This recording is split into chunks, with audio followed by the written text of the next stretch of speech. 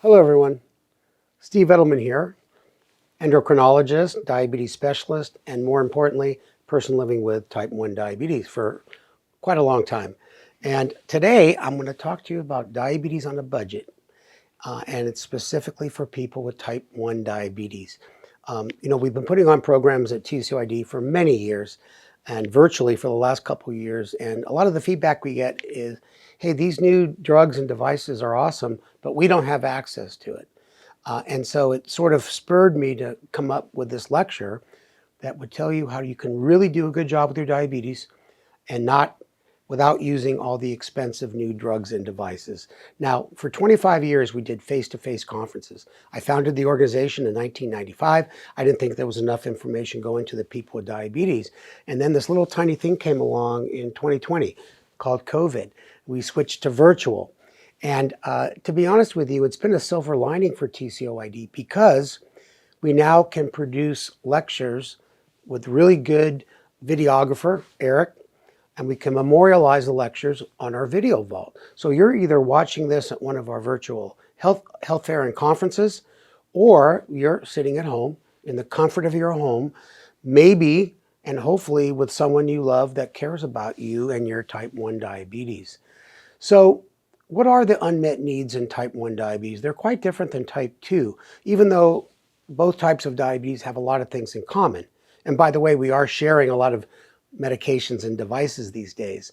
I think one of the biggest frustrations for me and many of my patients, and what I hear from all of you folks in the TCOID community, is it's just hard to get off the roller coaster, going from high to low, low to high, preventing highs, preventing lows. And that's so important. And that relates to a new phrase that we use now called time in range. Of course, that phrase came up for people who have continuous glucose monitors. And for the sake of this talk, I'm not going to talk too much about CGM and how to deal with it because we've got great lectures online, but I do want to mention it later on at a particular point in the presentation. And I think dosing insulin correctly. We're given this insulin to carb ratio, we got a correction factor, we got exercise to deal with, and trying to get the dose just right so that you don't get too high or too low is difficult. And primarily because insulin we inject goes in the subcutaneous tissue, which acts very slowly, hangs around too long.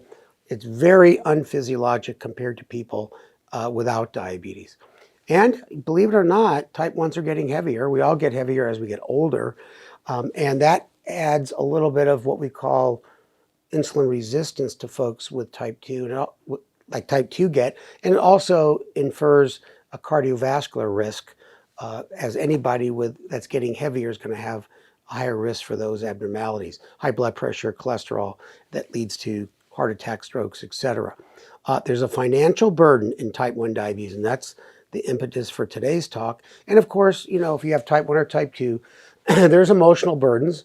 That's why we get the help of Bill Polonsky, the world's most famous touchy-feely guy. And it is a real thing. Some of you are hit harder by it than others, and we do have some excellent presentations in our video vault. Now, since we've become virtual, you can see we've grown quite a bit from 2020 up to current times where we touch 2.5 million people per month. And you see the number of active visitors to our website, about 100,000 per month. And we expect that to go up greatly because now our material, our educational videos that have entertaining qualities, maybe not this lecture, but the other ones, are all free, and you can watch them at any time with anybody you want. And so this has been the silver lining that COVID has given TCOID and for all the people we serve. So diabetes is not a rare disease, and it's certainly not an inexpensive disease. And if you don't have access to these medications and devices, if you don't have health insurance, you're going to be in a difficult situation. And if you're one of those people, I certainly don't need to tell you that. So the purpose of this presentation is to go through and with all the generic medications, the medications that are easier to get, less expensive, and how you can do a darn good job of controlling your type 1 diabetes. Now, you may have to use home glucose monitors, and not have access to a continuous glucose monitor. But I'm just going to tell you how to do it. And I'm also going to talk about this slide at the end. That this slide is showing you a section on our website that we just opened, our access page. And on this page, we have a tremendous amount of information on ways you can get the more expensive drugs and devices at a lower cost or for free. And that's, I don't have time to go through the website. It was 6 months in the making. We're going to update it regularly. But I'm talking about things like CGM. Companies give out CGMs, the companies that make them, and patient assistance programs, all kinds of programs. Too many to count. Okay, in 1923, the insulin was discovered, and these 4 gentlemen got the Nobel Prize. I tell you their names, but I'm sure you'd forget them. And it was a tremendous discovery, one of the greatest discoveries of all time in the area of medicine. Now, let's take you fast forward from 1923 to 1970 when I was diagnosed. You know, you can see this little kid named Spanky at the Griffith Park Boys Camp. That's not me. Everyone always thinks that's me. I was a counselor. There I am. I was 15 years old. And believe it or not, it was 48 years since the discovery of insulin, and therapy had really not changed. I was testing my urine for glucose, and I was taking 1 shot a day. There was no pumps, no pens, no A1C tests, no glucose meters, no CGM, nothing. So think about that. That's almost 50 years. And nothing had been developed. And I can tell you that a lot of things have changed in the last 10 years for type 1, and especially the last 5 years. So that's what I was on for many years.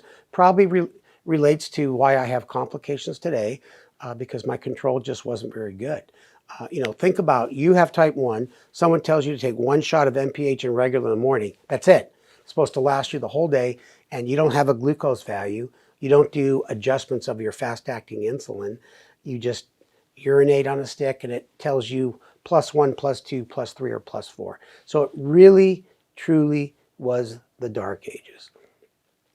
Now, this was my education sheet I got when I was 15 years old in the hospital education room. And this was the same room that we had folks with type 2 diabetes. They mixed us all together. This was the sheet. You either took insulin or pills. And obviously, for the type 1s, we were on insulin. You know, they're talking about diet and exercise. So I loved the size of this needle. Scared the holy bejesus out of me. And then here's a picture of the pill. I don't know how you can swallow that. Then the diet. If you think about it, they were pushing Wonder Bread, even though it got stuck on the top of your mouth. They gave you whole milk, canned green beans, and a piece of prime rib with a little layer of lard around the outside, and eggs. So that was the diet back then in 1970, and that's all they knew. Now, before I get into some of the details, I just want to tell you this statement. Get type 1 diabetes, and if you control it, you will live longer because of it. And what do I mean by that? Well, you control your blood sugar, and then you pay attention to your cholesterol and blood pressure. You can live longer than other people your age that do not have type 1 diabetes. So I've learned from my good friend Bill Polonsky that he always shows the slide by Sir William Osler, and his quote was, "The way to live a long and healthy life is to develop a chronic disease and take care of it." So things have changed a lot since I got type 1. It's not a death sentence anymore. And even for young kids that come down with type 1, not only can they live a long and healthy life, sometimes can help steer their career and the things they do in life that center around diabetes. Okay, I'm going to mention continuous glucose monitoring. You can see in red there, may be hard to get. Here's the Dexcom G6, soon to have the G7. There is the Libre 2 and the Libre 3 continuous glucose monitor. I know you've seen them on television. And I can tell you both companies have programs to at least let you try their device for free. Now, you may be able to get a whole month worth of sensors, and that's worth it because you can actually learn about your diabetes during that time period, make some changes, and then hopefully that'll help you get off to a good start. So, people with type 1 really need to have a CGM 24/7 to get the best control possible. So when you go to our access page, go under Abbott, go under Dexcom, and go under Eversense. And Eversense is a third continuous glucose monitor that has a different form factor. It's a little tiny sensor that goes under your skin. You put a very light transmitter over the skin after it heals, and the information goes to your smartwatch or smartphone every 5 minutes. And currently, it stays there for 6 months, and it's a 15-minute office procedure. So there's different choices, and find the one that works the best for you. Now, I told you in the early part of my talk that you want to get off the roller coaster, less highs and less lows, and that's because it represents your true control on a day-to-day basis, unlike the A1C, which is just an average. So this is the kind of the mantra that we're all talking about, which is try to get your time in range, which is the percent of time you are between 70 and 180. Get that above 70%. So 70% is 17.5 hours a day in range. And then the other thing you have to pay attention to is TBR, time below range. And that's the goal is less than 4%. For every percent, that represents 15 minutes. So for example, if your time below range is 2%, that means on average for the length of the download of your CGM, you are below 70, 30 minutes a day. And then of course, we're really trying to avoid below 55. So I don't want to spend too much more time on this. But once again, there's some excellent lectures. Here's one of them. Think like an endo with your CGM data, what your CGM data is trying to tell you. And if you are on a CGM, it's excellent and tells you how to read all the metrics, just like us healthcare providers do in clinic. And then there's another lecture that I put together called Finding Your Sweet Spot, How to Improve Your Time and Range. These are in the Type 1 section of our video vault. So what are you left with if you don't have a CGM? Well, you have home glucose monitors. Let me tell you, these are important to not only take, but stay in control of your diabetes. There's some excellent meter companies out there, and they're actually inexpensive. The strips may be expensive, but there are also access issues that you can get these strips at a lower cost. Now, the one thing that bugs me, it's always a joke, I say. It's not really a joke, but it does bug me that these are true advertisements from the companies that make these meters. Essentia, we have LifeScan, and Abbott. Look at those numbers. They're perfect. And I dare them to come up with an ad that shows blood sugars like this. And I think us folks with diabetes would say, these folks get it. Our blood sugars are not always perfect. Now, if you don't have any insurance at all, no support, no Medi-Cal or programs like that, you can actually go to Walmart and buy the Rely On brand. The meter itself is $10 and 50 strips for $14. Now, the number of times you test per day really depends on how you're doing and what regimen you're on. Now, typically, people with type 1 diabetes are going to be taking fast acting with every meal and snack. As I'm telling you, my CGM is telling me that I'm 175. Okay. And if you're type 2, it's a whole different story. We have a different lecture for people with type 2 on the budget. But there's no real shortcuts here. If you test 4 times a day before breakfast, lunch, dinner, and bedtime, you can do pretty darn well. And this meter and strips represents a really inexpensive way to monitor your diabetes and adjust your dose, prevent hypoglycemia, treat hyperglycemia. Now, what about your hemoglobin A1C? Some of you may not have that covered, but you can go to a pharmacy and get the A1C kit. and it's about $8 to $12 for one test. And you're only going to do it every 3 to 4 months. It uses a drop of blood, and it gives you a result pretty quickly. So between the home glucose monitoring and these home A1C kits, you could have a pretty good idea of how your diabetes is doing. Now, let's talk about some of the generic medication. So let's talk about basal first. There is NPH, which is really not the best basal. If that's the only one you can get, then I'm going to show you how to use it in subsequent slides. Then there's Lantus, which is a much better basal insulin, and they have biosimilar Lantus now. And what I mean by biosimilar? For you can just use the word generic. It's a long story, but when you're dealing with complicated molecules like insulin, they call it biosimilars. When they're talking about generic pills like Cialis, they call those generic because they're simple pills. Now, they are called Basaglar and Semglee. I have a slide on this later on. And then fast-acting, there is Humalog, which is one of the original fast-acting insulins, and there is a biosimilar called Abmalog.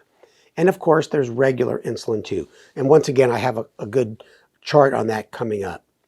Now, first I want to talk about your basal dose of insulin. That if you don't have your basal dose set correctly, that's the foundation that everything is standing on, is growing on.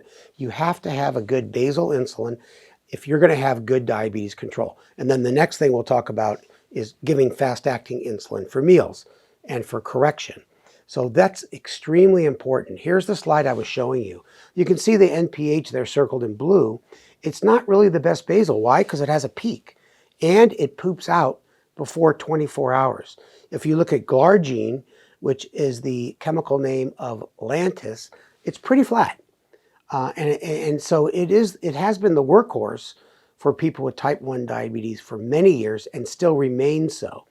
And those are the two, probably the cheapest. Now, Levemir is made by Novo, and you may be able to get that at a reduced price, but there is no biosimilar for Levemir. So once again, depending on the system you're in, you got to look at all the different options you can get.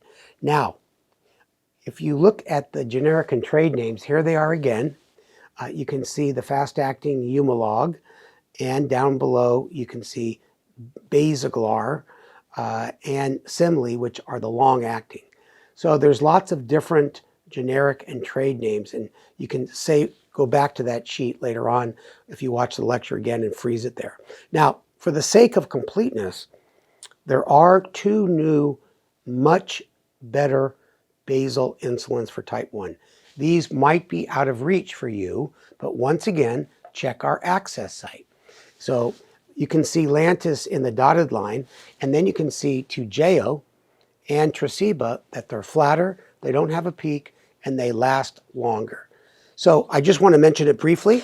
I think it'd be amiss if I didn't even mention it, but once again, these are spoken about in our video vault extensively. Here's just a slide showing Basaglar. You can see that they're pretty darn cheap. There's Semglee, that's also inexpensive, the lower left. The Relion brand for insulin, regular NPH, and syringes. So Relion at Walmart is a good place to check if you're paying out of pocket. Now, how do you know if your basal dose is correct? Well, the first thing is you got to test your basal, and that's important. So have an early dinner. Don't eat anything before the next morning. If you're on a CGM, if you have one, you want to look at the difference between bedtime and the morning and see if your blood sugar creeps up or actually creeps down. If it creeps up, you're not on enough basal. If it drops, you're on too much basal, and that's a common scenario. If you're not on a CGM, test your blood sugar at bedtime. Try to wake up at 3 or 4 in the morning. Just test your blood sugar, go to bed, and then test when you first wake up. And those three numbers can tell you a tremendous amount of information about your basal, depending on if it goes up and when it goes up, either after 3 a.m. or before. And once again, if you don't have a CGM, this is the next best thing. And basically, you'd like to have your blood sugars in the morning somewhere between 30 milligrams per deciliter difference from the bedtime.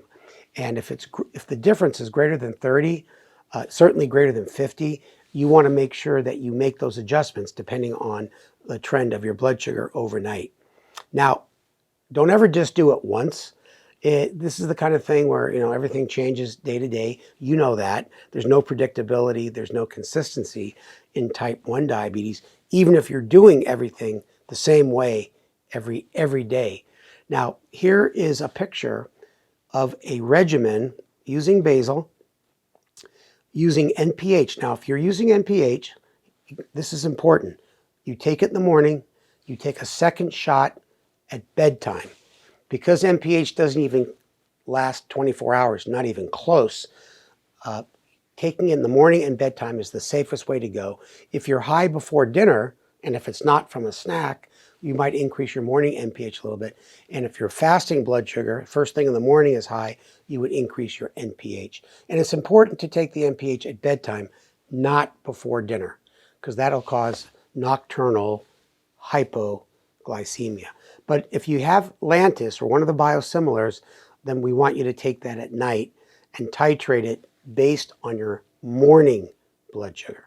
And that's important. We know that in type 1 and type 2 diabetes, if you wake up in the morning with a good blood sugar, you will do better the rest of the day.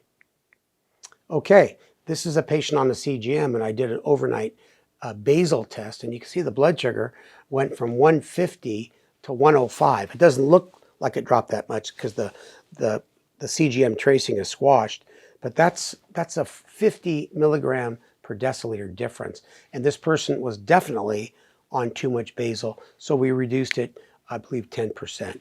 So it's very important to get that basal set correctly. Now, what about mealtime insulin? You can see I circled the generic insulin, which is the regular insulin. You can see that there, the R. This is the first mealtime insulin.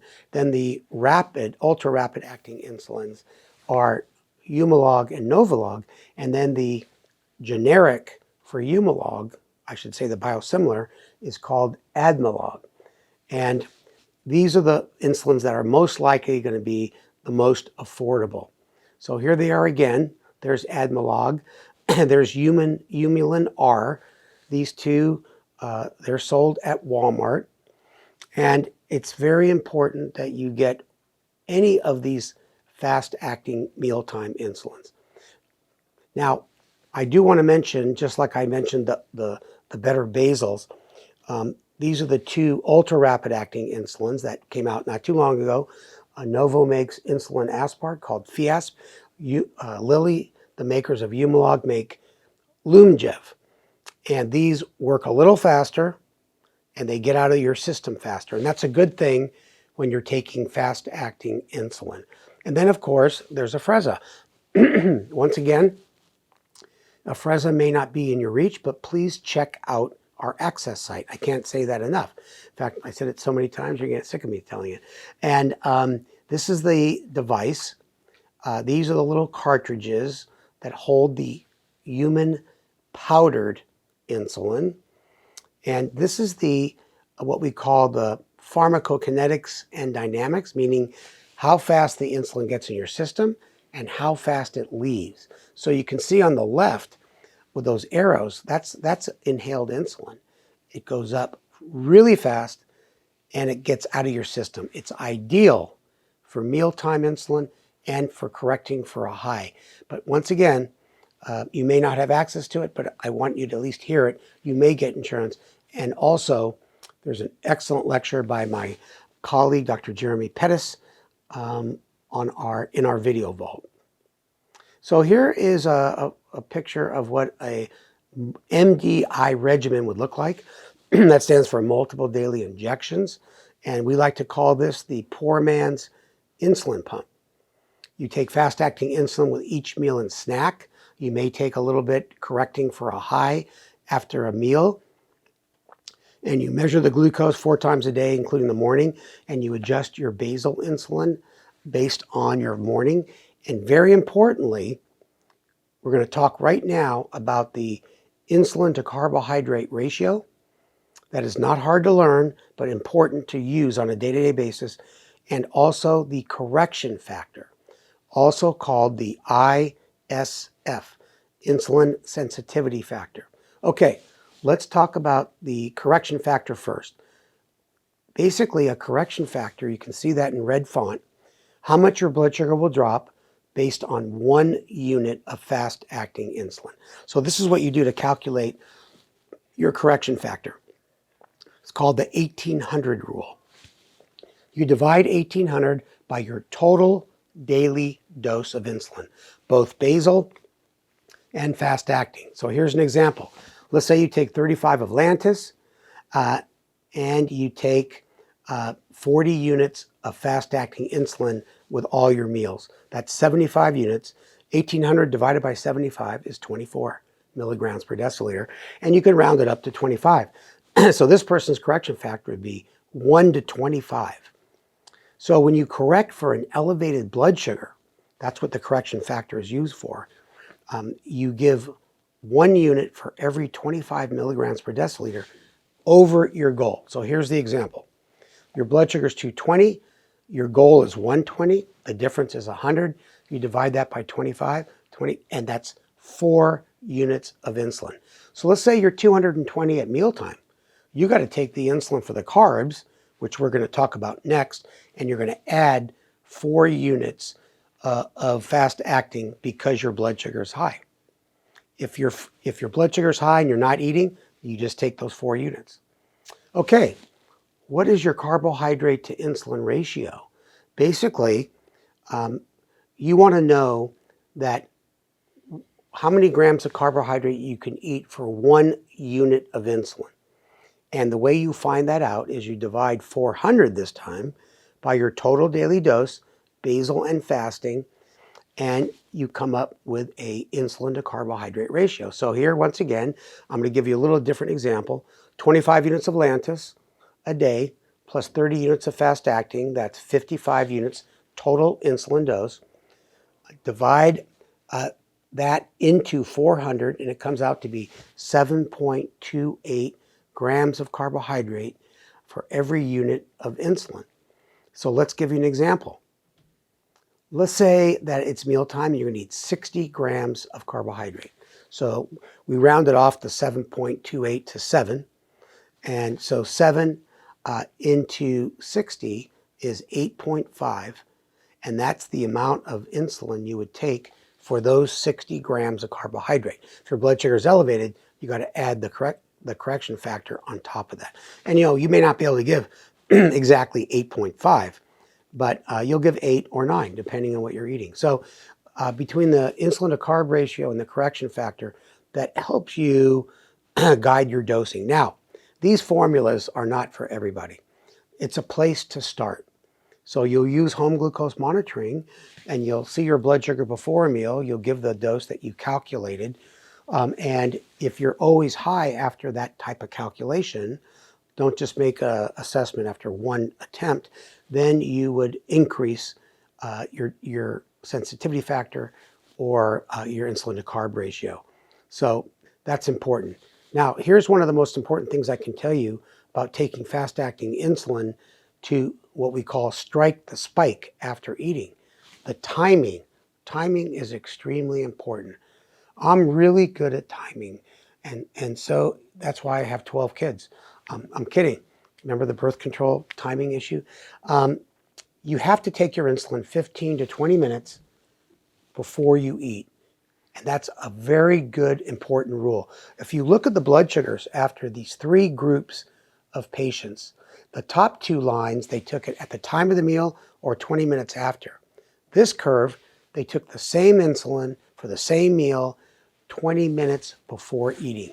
Look at the difference in postprandial blood sugar from being pretty damn good at 175 to over 200.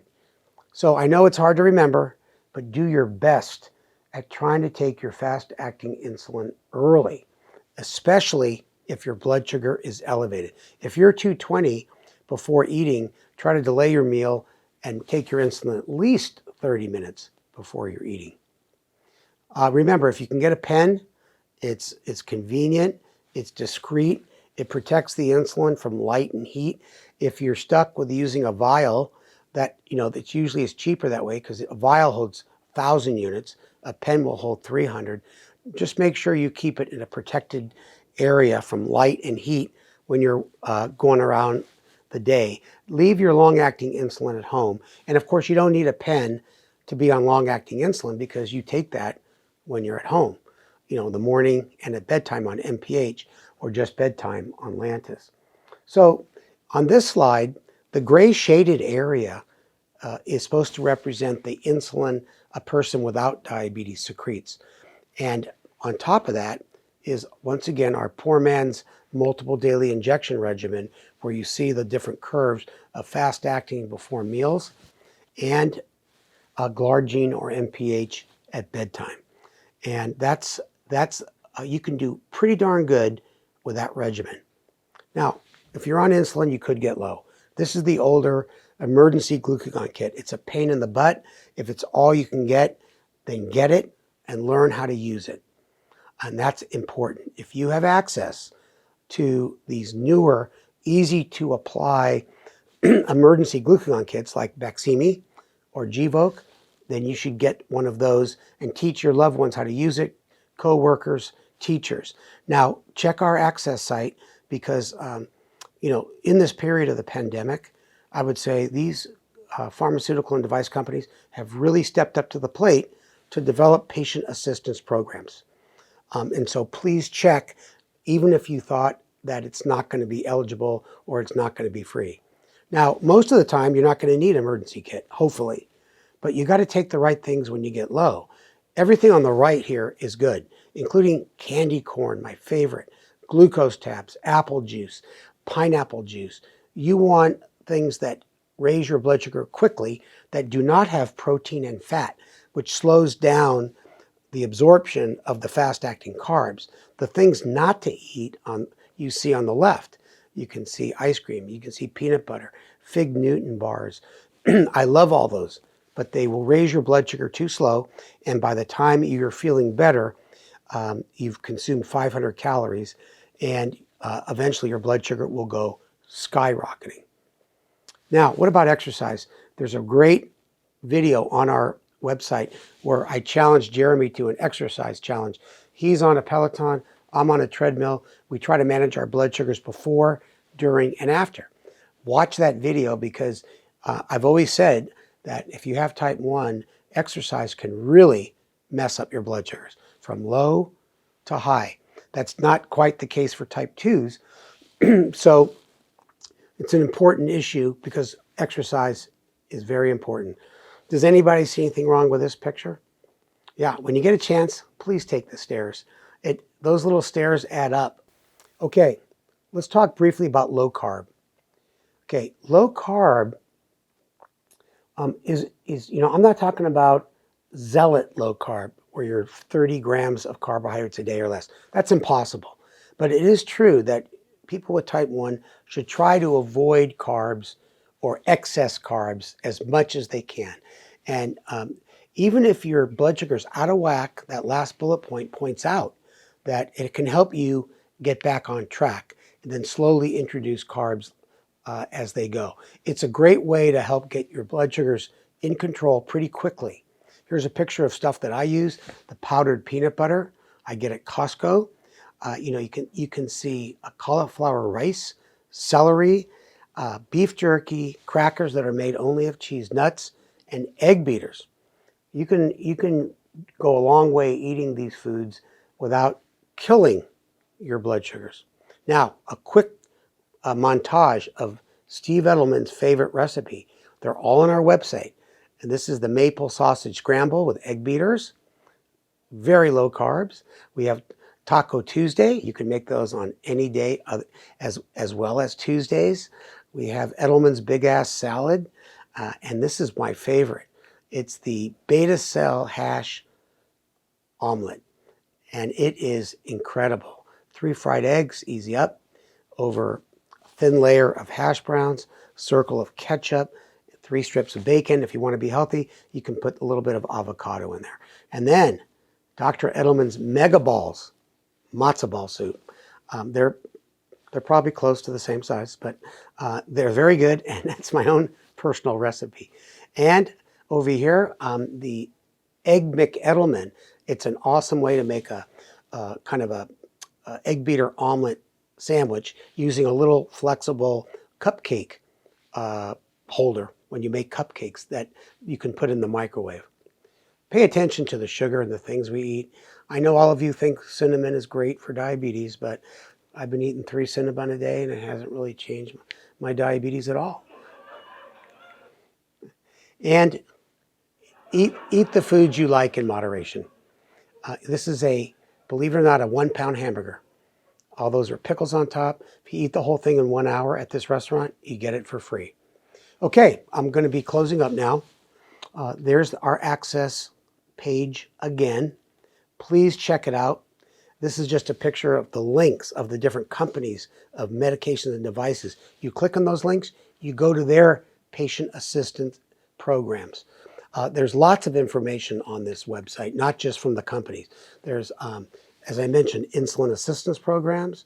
There's Medicare assistance programs, pharmaceutical programs. Look at all those companies up there, and lots of additional resources of other organizations that can help you get your medications at a better price.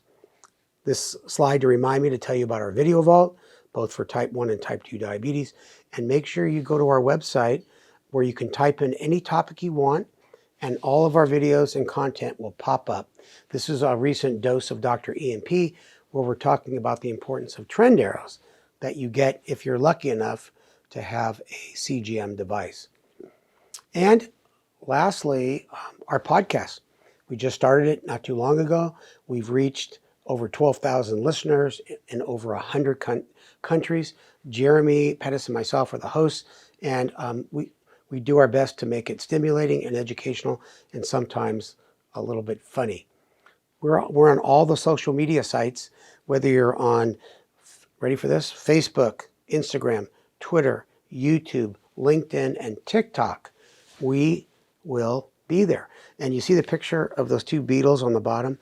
Check out on our website of the videos and songs. And we have 8 original songs on Spotify, all with diabetes lyrics. Join one of our Facebook groups for you folks to be the type 1 diabetes one. And if you're the wife or husband of someone with type 1, they're driving you crazy, then join the type 3 diabetes group. So remember, it's never too late to take control of your diabetes. And even if it's diabetes on the cheap. Thank you.